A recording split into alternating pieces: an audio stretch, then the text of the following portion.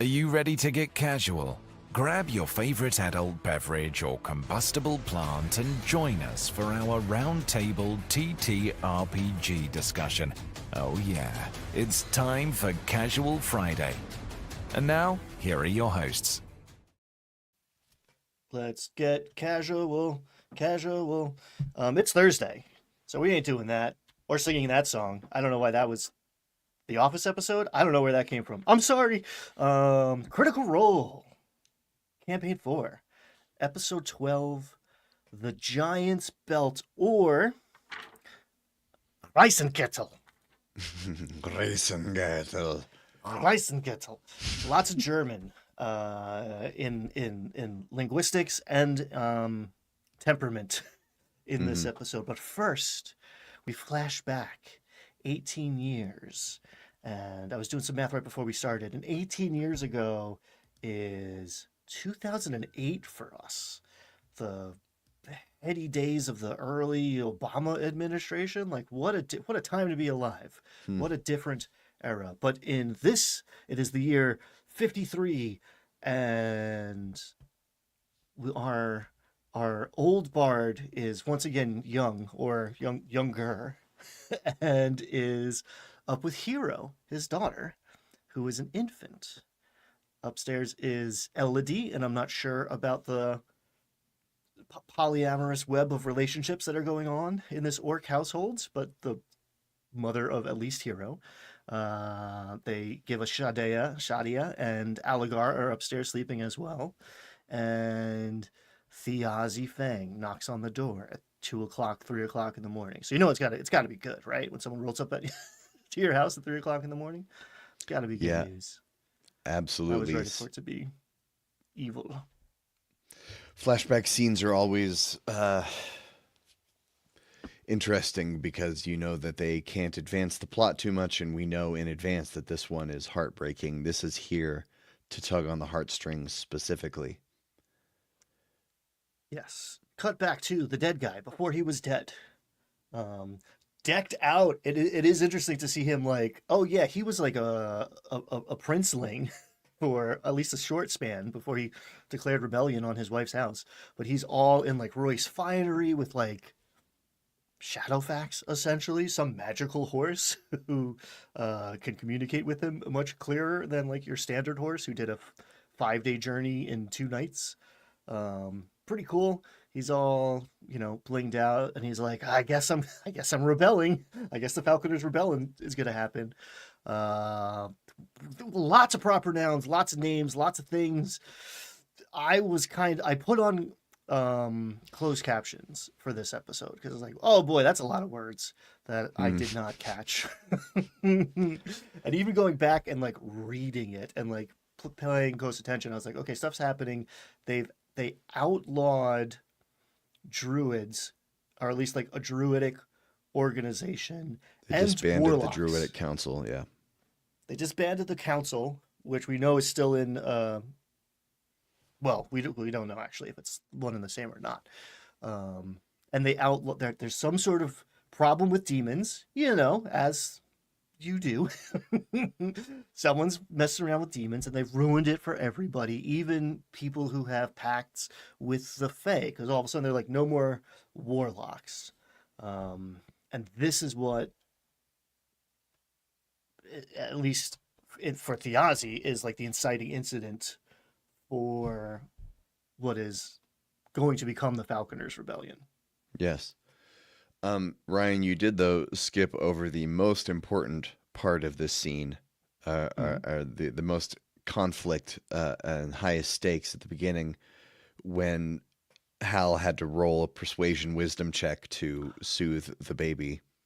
Persuasion, and then they debated whether they would use charisma or wisdom. And I wrote down in my notes, this is professional AP, everyone. There were two rolls to soothe the baby, actually, in this scene. You can tell, Brennan is still kind of a young father geeking out about. Yes, that shines through. And I do think wisdom is the right call. He's like, your charisma, however astounding it is, has no effect on an infant. This is pure instinct.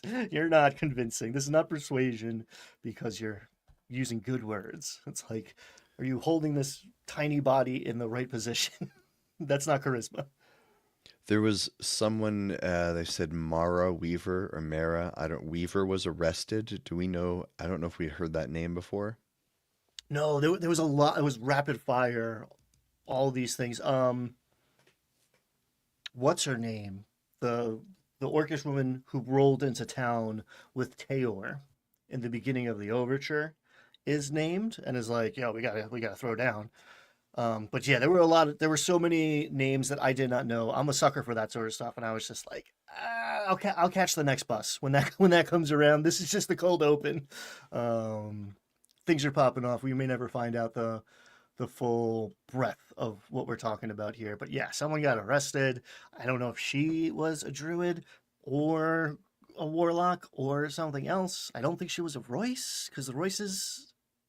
It's interesting to see Thiazi be like, if I do this, you know, my father-in-law's got to get involved, right? And like, oops, bad call on his part.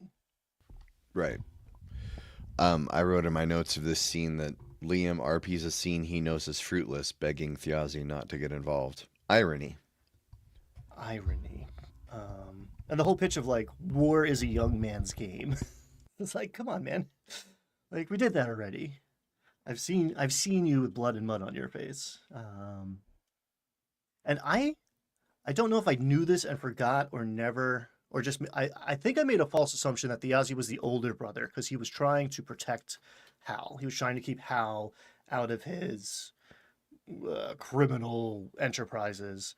I just always assumed that Thiazi was the older brother, but here, at least Ryan learned that he is the younger brother, and Hal does have some sort of protective impulse to be like, "Hey, man, we did that once." And Thiazi's like, "Oh, I know it was just a paycheck for you, but I believe in stuff." And he goes, "I do what I want." I do what I wish, which is way more Hmm. high fantasy and poetic, but is still a very like teenage impulse of like, "No, I don't care.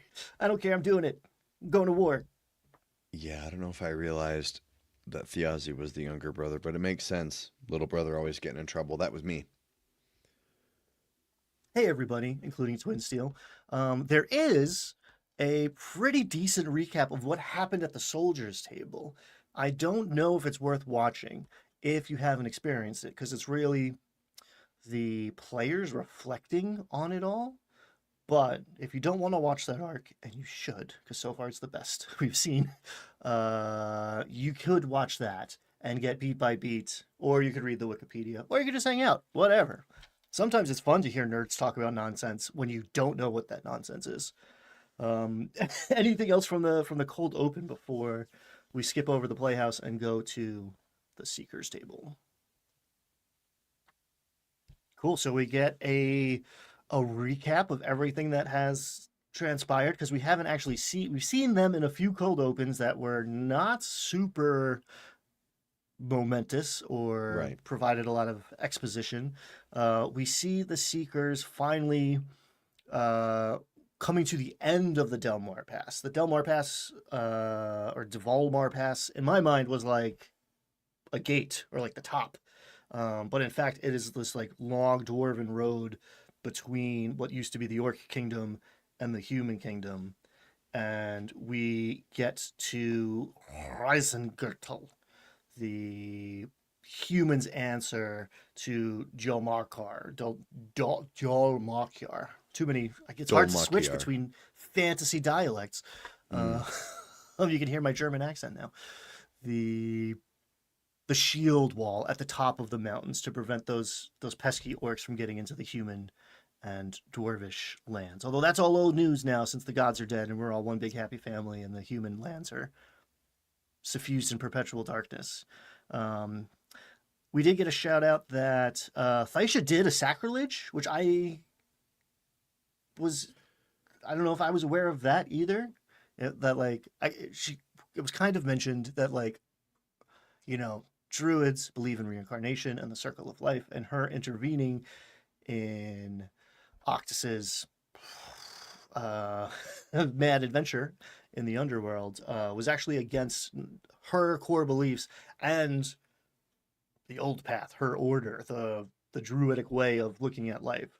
So that's interesting. And also, we were Hmm. reminded that Julian has an extra long shadow because he spit on Thiazi lying in repose, and that elicited some sort of curse. I don't know. We don't know, but that is still in play.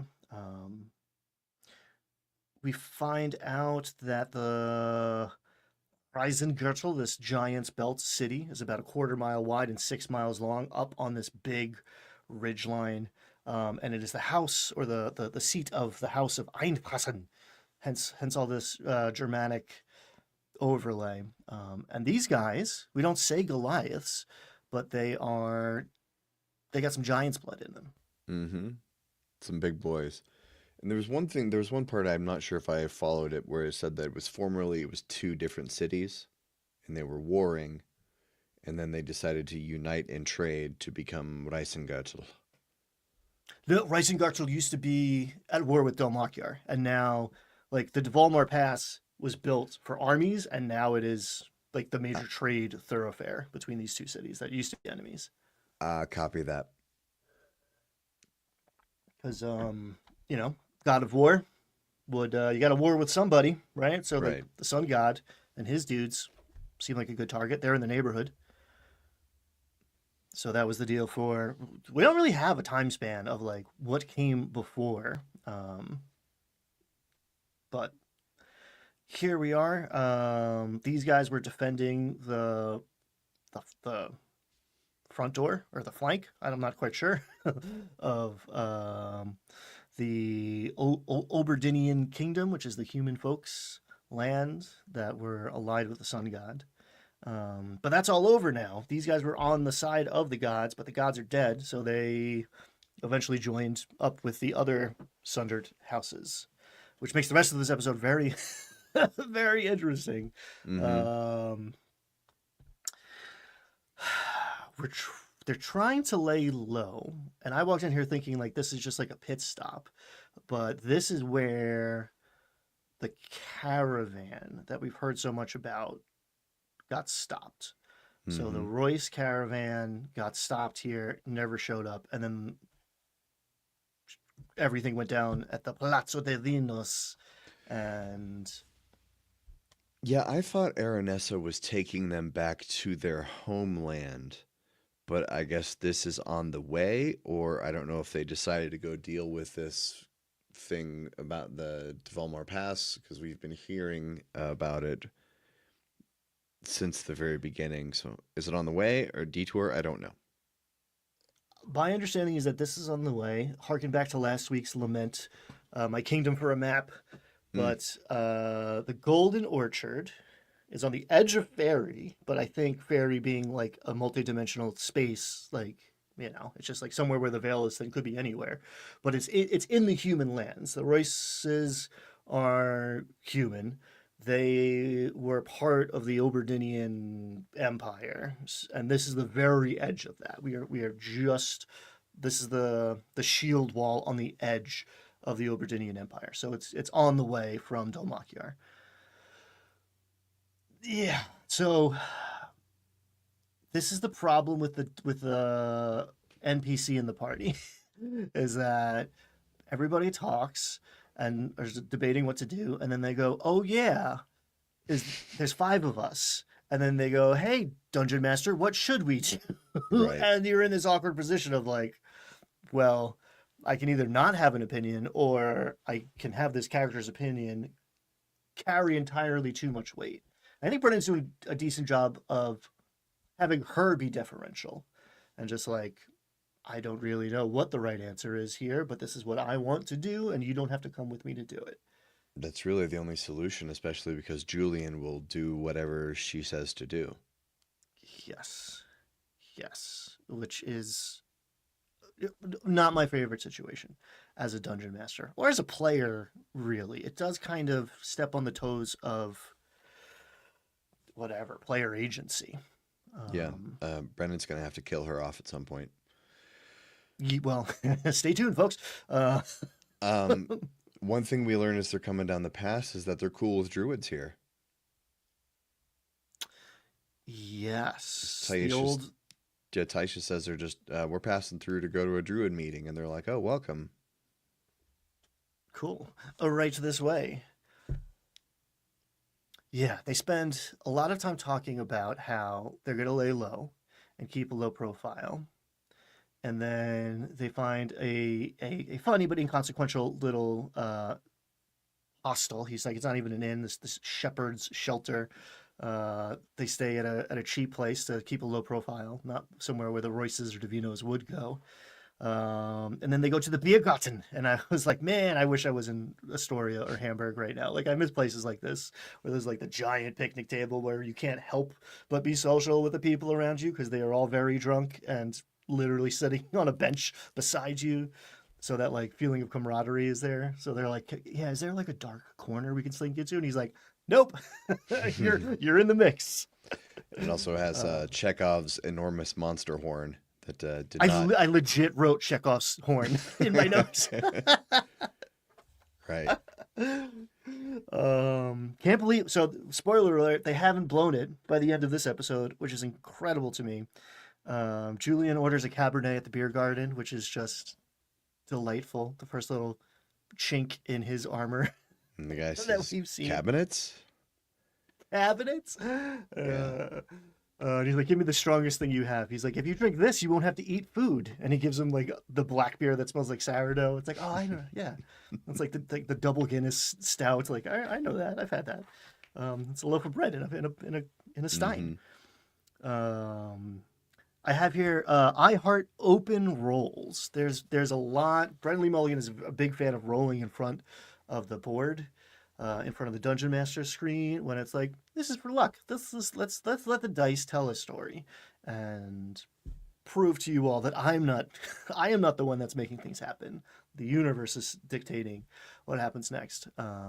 He keeps using D4s to do it, which D4s are the worst dice. There's a lot of confusion Objectively. later in the objectively. Like Yeah. there's better versions of D4s out there, which I have seen, which are like little like pretzel roddy things. But like if you roll a dice and then you go 4, wait, no, 1, wait, what is it? That's a bad die. I tend to use D20s in D&D because it's a D20 system, or I'll use a D6 if I'm feeling old school. Daggerheart, it's a D12. It's like it's sensical to the system to me. I'm a big fan of D12s for random rolls because they don't get used enough and they are the best dice.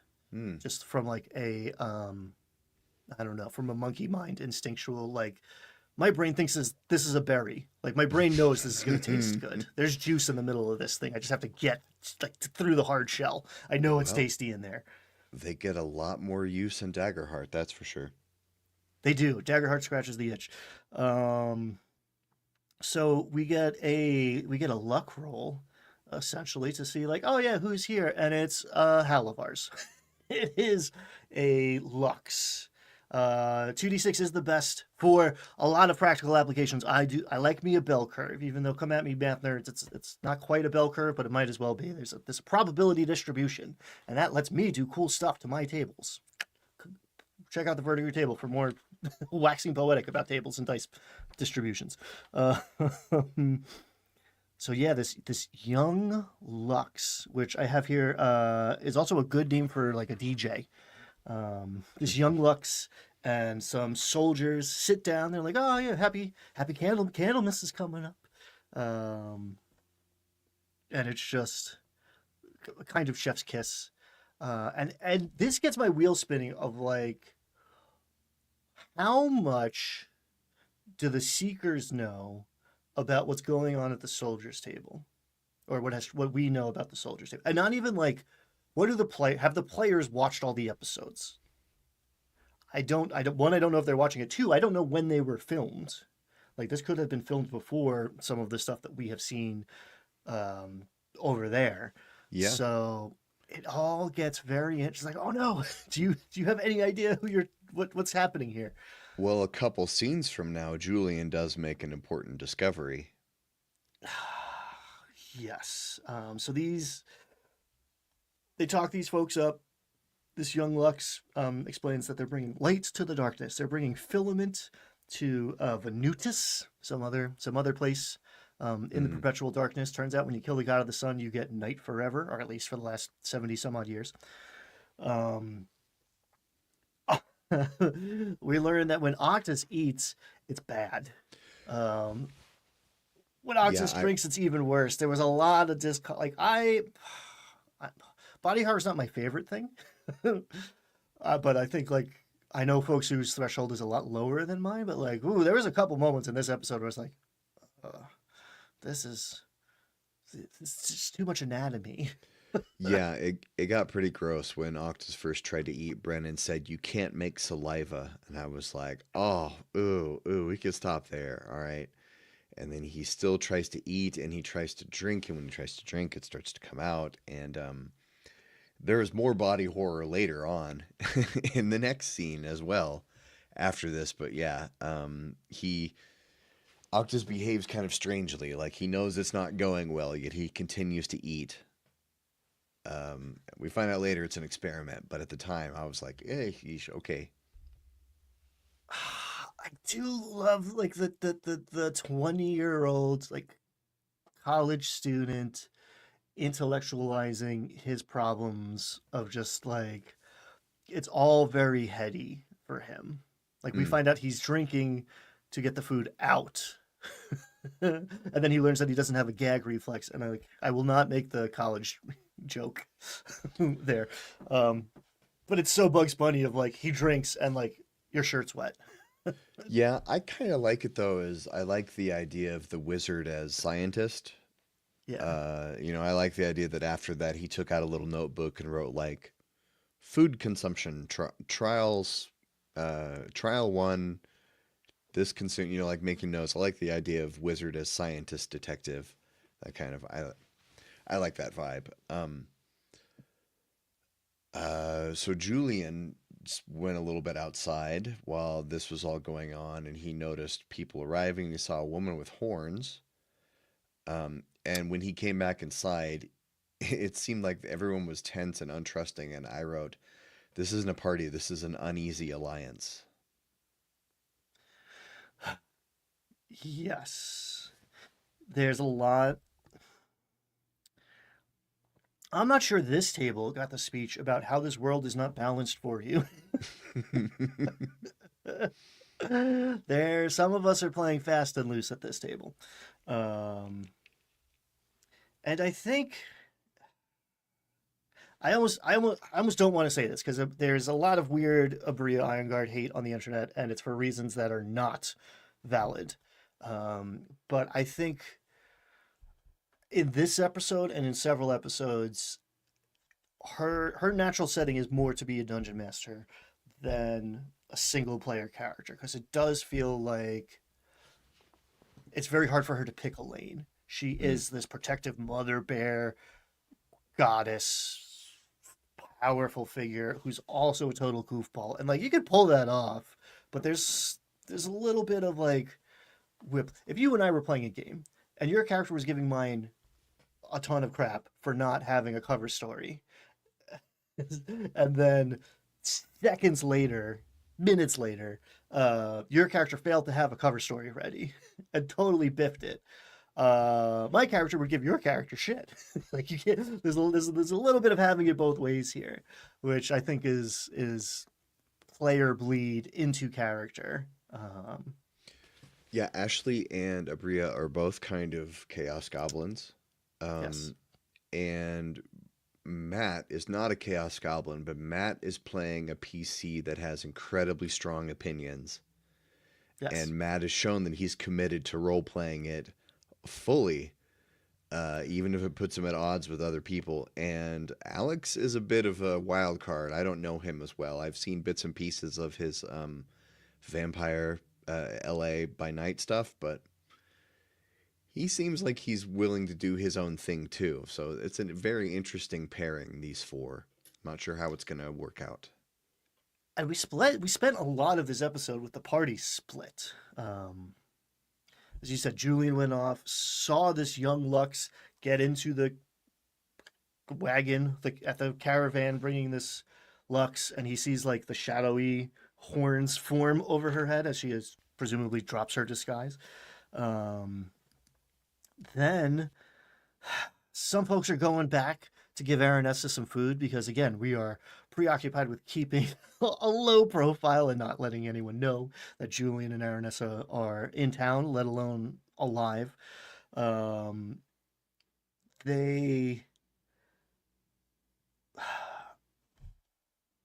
This it gets yeah. It's even hard to like make a synopsis because they split up. Abria is following the carriages, and Julian and Valus go and look for the Royce carriages that are MIA. And Octus Hmm. is like, I'm gonna try to repair my stomach because this is a problem for me. Um, we Yeah, find this out that go. this is the scene where Julian figures out that the Taconuses and the Halivars are in cahoots.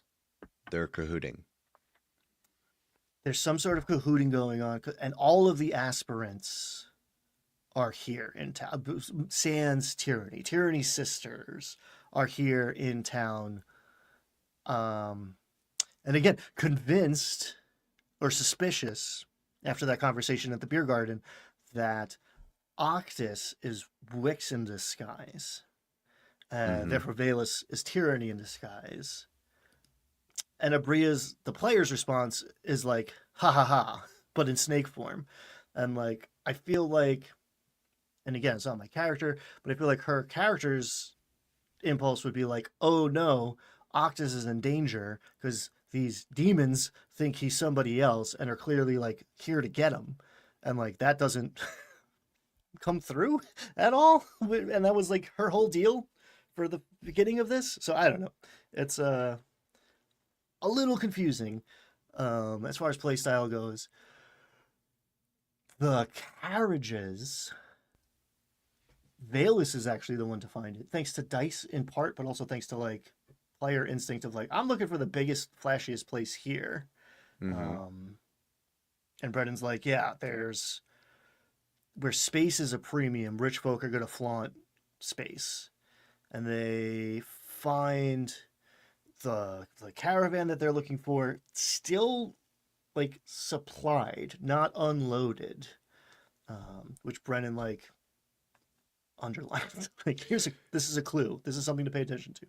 Yeah, I made them stop to think why, if they were raiding the carriages, why wouldn't they take the supplies out? Why leave them on there? I thought it was amusing that when they discovered the carriages and started heading toward them, Julian said to Valus, "Try to keep up." Then immediately after, Valus rolled a nat one stealth check, Yes. and a horn And this blasted, but there wasn't really much direct effect that we saw. I don't think. they bail the so there's a carriage or a wagon or whatever, there's a delivery rolling into this Einfassen house, castle, manor, whatever. They're trying to sneak in with it. An alarm is sounded. Mm. The head guard or whatever, the person at the door for Einhassen, goes up to the driver and says, "Are you trying to sneak like demonic influences in here?" And Colcock's like, knocking out a few of his teeth. So we learn one that these people are known for having no yellow or no orange. He says they go from they're Hmm. the most polite and the quickest to jump to violence. So it's just red after green. There's no Hmm. warning. There's no middle.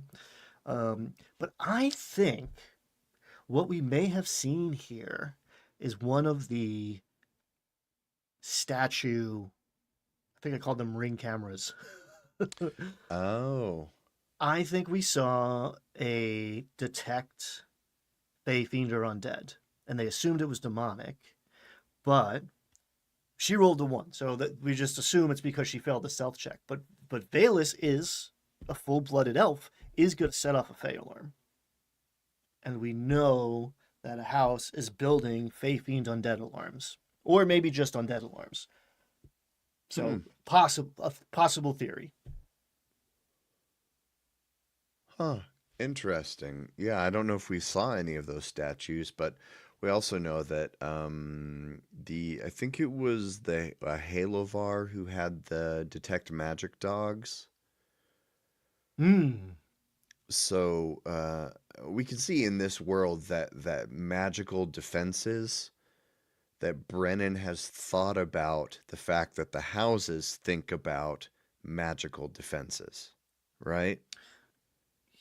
Because the way the guard like phrased it, it's like, what did you do to set off that alarm? It's not that he saw someone sneak in. I believe the alarm seems like passive, or like it can't communicate what it saw. It's just like the alarm went off. I know something bad's going on. What did you do to trip my alarm? So yeah, maybe it's not the same methodology that the Taconis are cranking out with the basilisk in the dungeon miles and miles away. Um, but yes, I love a good world building thought out of like, okay, in a world with magic and political intrigue, what would people be doing about it? Um, I did write in my notes, Alex's jangly bracelet is driving me crazy. Oh, I Um, wrote that later in the episode, but yes. Oh man. It's like, who let the cat in here? What's going on? it's a podcast. Um, Don't wear jangly jewelry when you're recording audio. Don't do it. It's just a bad idea. please don't do it. Um, This is when the D4s are rolled to see if cell checks continue to be made under the auspices of Pass Without Trace, and there's a lot of like, what is going on? And then they go speculate and make plans for a while, and we know what becomes of plans, and we hit the break. one thing I thought was interesting in all that planning is they were trying to decide where they thought the Einfassen loyalties were. And I think they thought one conclusion was they think probably the Einfassen are smart enough to see which of the other houses survive before acting. Where they were Hmm. having basically a conversation of like, do we trust them? Because their plan is kind of half cocked. Julian's gonna go in with no disguise, but Octus is going in disguised. It's kind of weird, but yeah, right. They plan more after the break. And I wrote, the next morning, more body horror from Alex. Taisha tries mending and gets a nat 20 medicine check, and then you can see Octus says, we'll see if it holds, because you can tell he doesn't want this story thread closed. He was kind Yeah, of like, this is my thing. You didn't need to fix it. I felt that. I felt that too. Um, Also, like she did heat metal. Like she put like I don't know. Now there's a steel plate in your stomach, right? Like I said, works on your skull, kind of. Still not ideal, but like I don't know. I don't think we're patching intestines and stomachs with uh you know cold iron. Um, we maybe learn again. Maybe it's just like Ryan learned or caught it this time. Castle Torch is the place where the Barrow Guard are, and presumably where Taisha is heading after this vision of her son facing off innumerable undead or something there, which like again doesn't seem is not in the mix right now. Doesn't seem Hmm. like a priority, even though that seemed like a pressing matter going into this. We find out that Ulrich Kurzenbach is our optimal cover story, um, thanks to Ernessa, which I think that's a decent. Instead of like, hey, can I make a history check? Like, hey, I'll ask the person who would know, and that's a stand-in for does my character remember this? Like, okay, I'm looking for the name. Erlich Kurzingblade. Is it that's what I said. Blade? It's like BLAG, Blach, Blag. Erlich Kurzingblad. And I love the way that Uh, Brennan says it when he's like, Kurzingblad. oh, Carson Blag, you old so and so. Yeah, like you old rascal. Kurzingblad. And Uh, yeah, the plan. I I wrote down they stopped for quote the worst brunch ever. That's Yeah. what they said because everyone was super awkward. But Worst ladies' brunch ever. So much swallowing.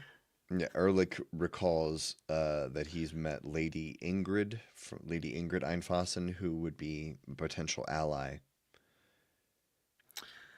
Yeah, and he's like, I would like a private audience with the Princess Einfassen, please.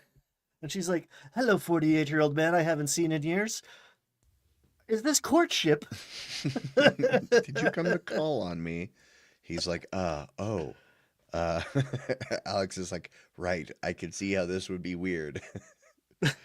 But then Julian steps up and says, no, actually, it is I who is here to meet with you. And it's so. I mean, you work with the information that you have. And again, I'm struggling to separate my own speculation and hours of watching what's going on at the soldiers' table. So the Julian Octus buddy cop comedy, they figure out that the Einfassens have impounded and arrested these people uh, because the Royces asked them to, because they had found out that there was a traitor or assassins in the mix. They received a letter. So they received a letter. And Ingrid, this was the most German part of it all. Like, not very direct, not very clear. At least in your written word, it's not an insult, just a criticism. It's like perfect. All right. That was not meant I to know be an Ingrid. insult, only criticism. He's like, I all right then.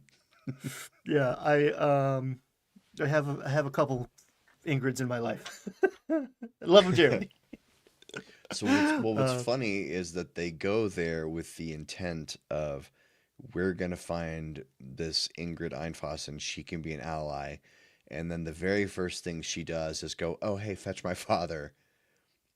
And the scene this is when things start to get exciting because they're like, uh-oh, now everyone knows they're here, and one of them isn't who they say they are. I don't know if anyone is who we know that we know the Einhausens are who they say they are, but the second I meant she sees Octus. Julian. Oh, I'm sorry. Yes, Octus is not who he says he is. And she sees Julian and she's like, oh shit. And me as the viewer, I'm like, she knows he's supposed to be dead. Like, Julian is supposed to be dead. Probably, presumably. Some people know that. Other people could infer that. Or perhaps, if you believe the cover story, he's in Fairy, although I'm not quite sure if that happened yet. There's the multiple threads thing. I don't know. No, it had to be because it was the next day, right? I don't know. I don't know how fast information travels or what's happening when at this stage. I'm confused. I hope you are too. We don't know what the Einfassen know or what their extent is. The only thing we know about them is really from Azune's story. We know that the Einfassen are dicking around with the arcane marshals, right? And they're taking over that. We don't know why. We don't know who they're cahooting with.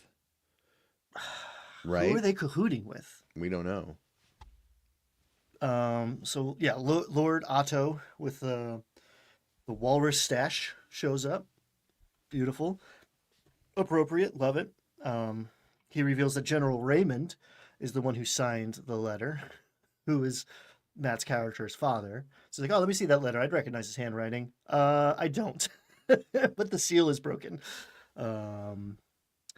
And they're kind of laying it all on the table. Matt just laid like, here's everything that we know to this lord of the house of Einfassen. And Octus, as Ehrlich, goes, where's the handmaiden? She went to get this letter and she's not here. Mm-hmm. And he clocks the leak, the red flag. in the room. Um, so they rolled very poorly in the beginning of this episode when stakes were fairly low, and there were a couple big rolls in this one, in the back half here. In fact, after uh, they go and get Greta, Otto is like, and they find out that she has sent a pigeon. She sent a bird. She has sent a bird. So clearly, she's communicating with someone outside of this place, presumably outside of the city. Um, the Lord says, "Did you do that because my daughter asked you to?" And she says, "No," and he kills her immediately. No further questions.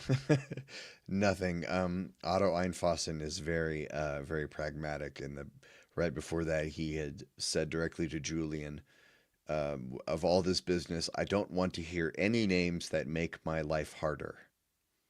Mm, Which is very mm, pragmatic. And I mean, I feel you, Otto, but yeah. so Julian and a fake Kirstenblad, they're Octus they're taking a pretty big leap here by basically just spilling everything to the Einfassen.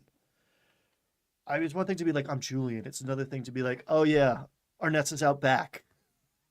It did feel like they laid out every card. And yeah, there is a clutch roll to continue the Ehrlich deception. Mm-hmm. Cussing Um, blood. you old so and so. And it turns out Octus is just itching to get out of there so he can construct a golden vulture skeleton and do summon undead critter, which I'm going to assume is homebrew because it's got the word critter in it. Yeah, that was fun. And when they I liked when Taisha rolled a perception check to see if she clocked the bird Mm. as it was leaving, and I was like, "Oh no, come on, don't no." She still rolled well, and then she was like, "Oh, it's just a bird," and I was like, "Okay, good." I was really hoping you weren't going to be like, "Okay, so now I run to the castle because I've seen a bird." Well, to be fair, so it was almost a throwaway, but Octus was like, if you see a bird flying straight up out of the castle, that's the signal because they do. And this is Ryan's complaint corner here. Familiars are OP. If you let them be. Mm. Familiars are actually not OP, but players are like, yeah, you know what? I'm in two places at once now. It's like, well, not like you can only no, you turn off, and now you're in a delightful little red panda who has limits to what they can, but you're not in both places at once. And you can't use them as like walkie talkies. It's like, all right, I'll trade you my deer for your dead ragdoll, and now we're not split anymore. It's like, no, that's not how it works. So he said, if you see a bird fly straight up, which presumably was this undead vulture thing, that was going to be the signal. So it was. I wasn't mad at Abria for being like, do I think that's the signal? Yeah, they hadn't had anything to do for a while.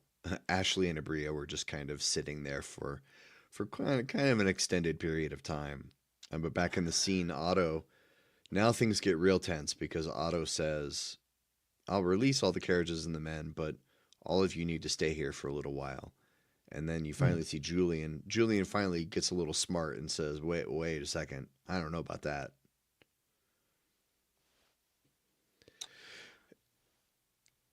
How are you not suspicious the entire time you're playing this game? Um, it did seem like a huge leap of faith on the player's part, and they Had it had been a options. Had it been established before that the Divinoses and the Einfassen were buddy buddy, and that Julian might have had some reason? I mean, you got to think that the Seekers don't know about the Einfassens dicking around with the arcane marshals. Because if Julian knew that, he he would know that they're rotten somehow.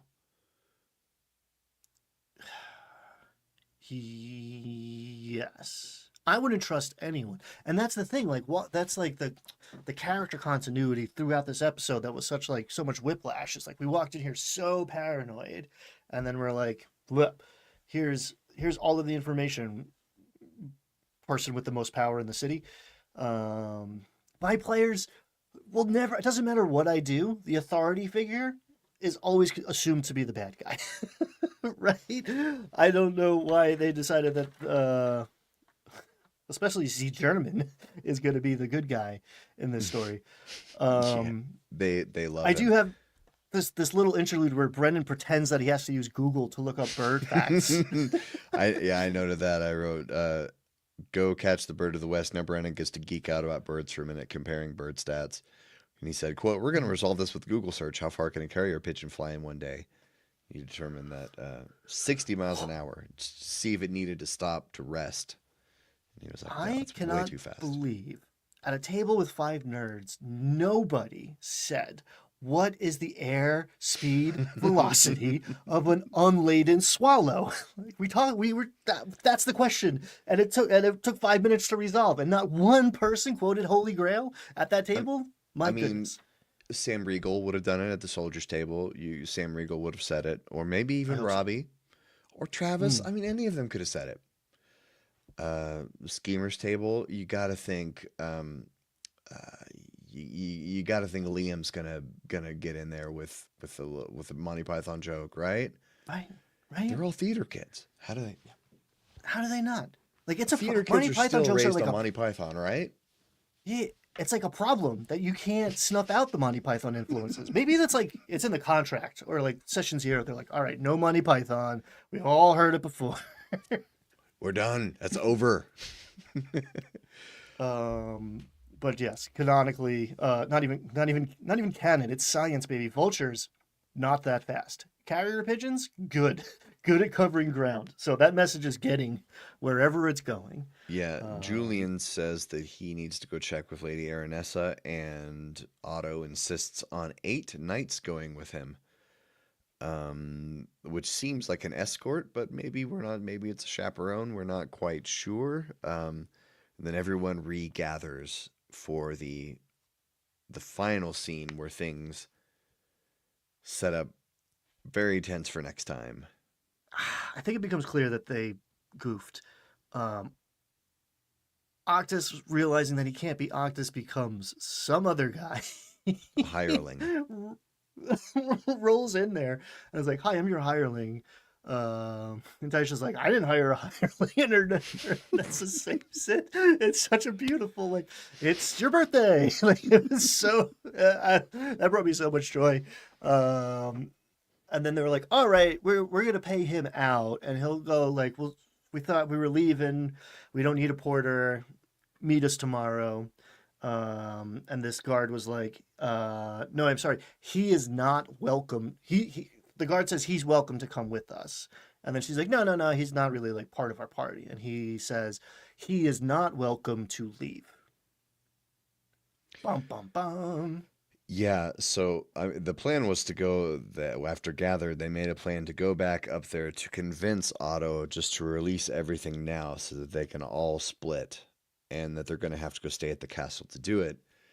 But then now, yeah, the cliffhanger is that Octus has to go with them, and we find out in the cooldown that he has 2 level 1 spell slots left after the current one. So he's been a hireling for half an hour. So he's going to a castle where he cannot leave, and he has 2.5 hours of disguised self left, and then who knows? I'm going through my notes here because I wrote it a lot earlier than I thought I did. I wrote it when the demons find out that they're in town and they like don't react to that information all that much. But I said they split the party, their cover's blown, natural ones are abounding. I'm gonna put money that this is the first party. This is the first table that's gonna TPK. If anyone's gonna TPK, it's these guys. It just felt like a lot of strategic missteps. You know, I'm here for the luck of the dice. And the dice kind of saved their bacon towards the end here, as comments are saying in chat. But man, I don't know. I think they screwed up. And like the colds, the not the cold open, but the cool down. Brennan's like, so how do you guys think it's going? Was like, it was like, what do you, where do you think you, what was the question? What's your read on the current situation? Like he said it very neutrally, but that's Yeah. not the kind of question the Dungeon Master asks when you're doing good. I think I'm sitting here thinking about that TPK, and I'm wondering also if I think that's very possible, and also this might be the kind of table where a TPK happens because somebody ran away during a fight. Like I could see Valus deciding to flee during a fight, or Octus, or Julian. I mean, Julian will defend Aranessa to the death. Taisha will defend Octus to the death. Valus, she could run away. Bales could run away. She does seem enamored with Octus for reasons that are not 100% clear. I think because like he had her holy relic and is clearly like some sort of like if he can be resurrected, then like who else can be resurrected? We don't really know much of her like backstory, and it's a 10x multiplier more backstory than anybody else because she's an elf who lives forever. And to Ashley's credit, she needs a reason. She needs a reason to be here. So, Yeah. if it's not Actus, it's Pym. She's here. She's just here for the pet. Oh yeah, I remember that now. I remember when she did that, when she decided that Valus was fascinated with Pym. I was like, oh, she's digging a little hook in. Because you got to. Yeah. But yes, it does seem like again they spent most of this episode split up and screwing up. Yeah.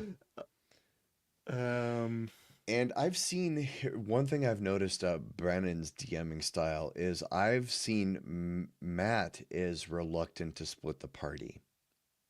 Um, but Brennan, I've seen him do this on Dimension 20. He is totally fine with doing 5 minutes with one PC, 5 minutes with the next, and rotating like that for 45 minutes. I've seen him do it, I've seen him do it, and I think it was Fantasy High, where there's a whole episode where everyone was doing something different for like 2 hours of the episode, and he just kept cutting back and forth. So I've never seen Matt Mercer do that.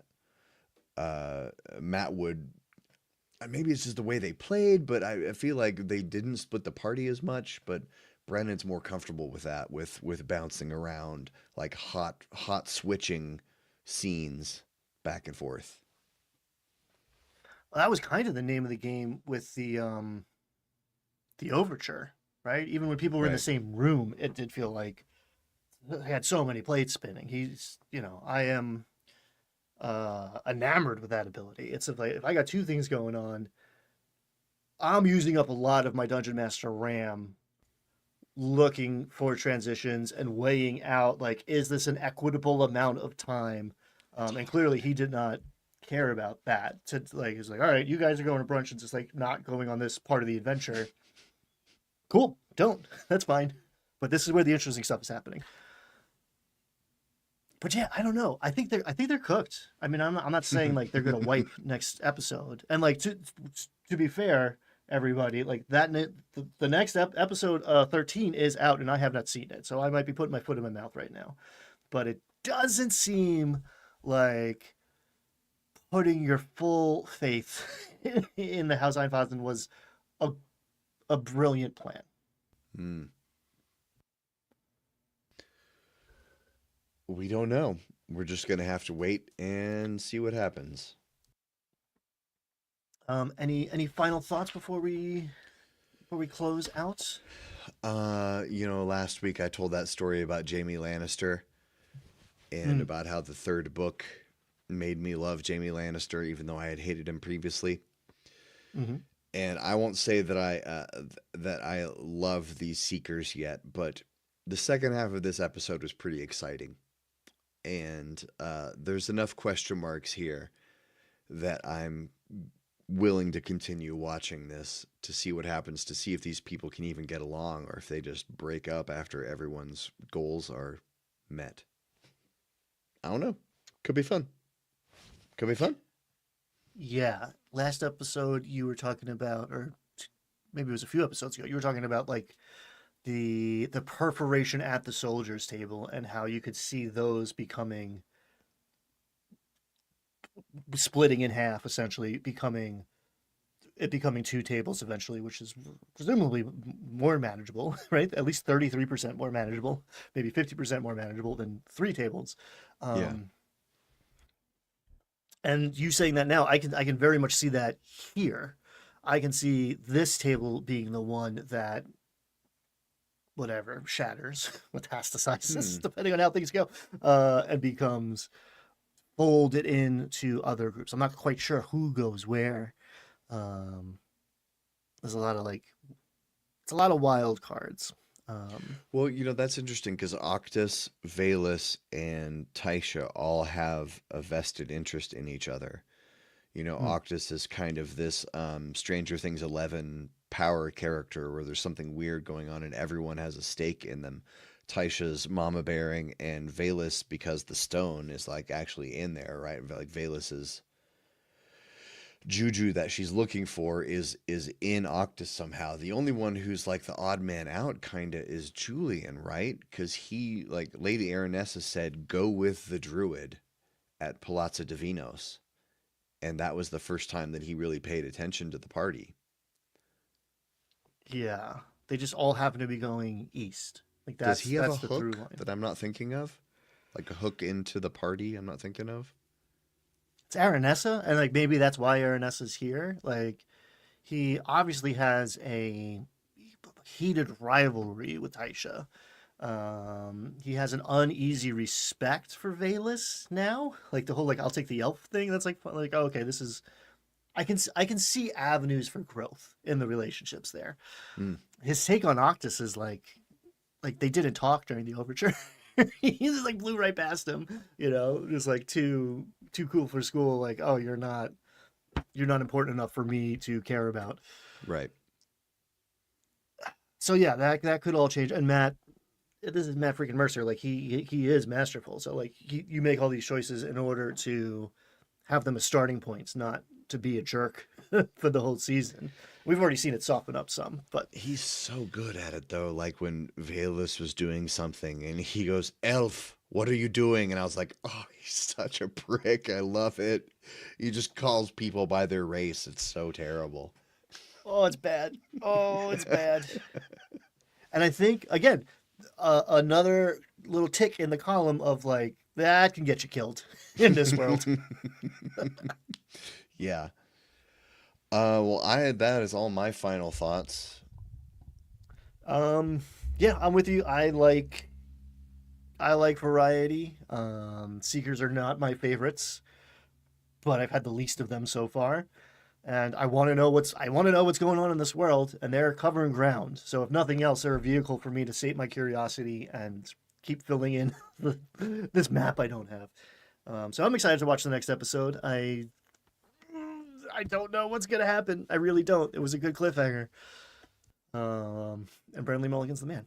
So yeah, He's the man. we'll see you next week, folks, and we're gonna talk about it. Bye, everyone. Peace, everybody. If you miss us, come back tomorrow. We're gonna talk about some other stuff. Bye.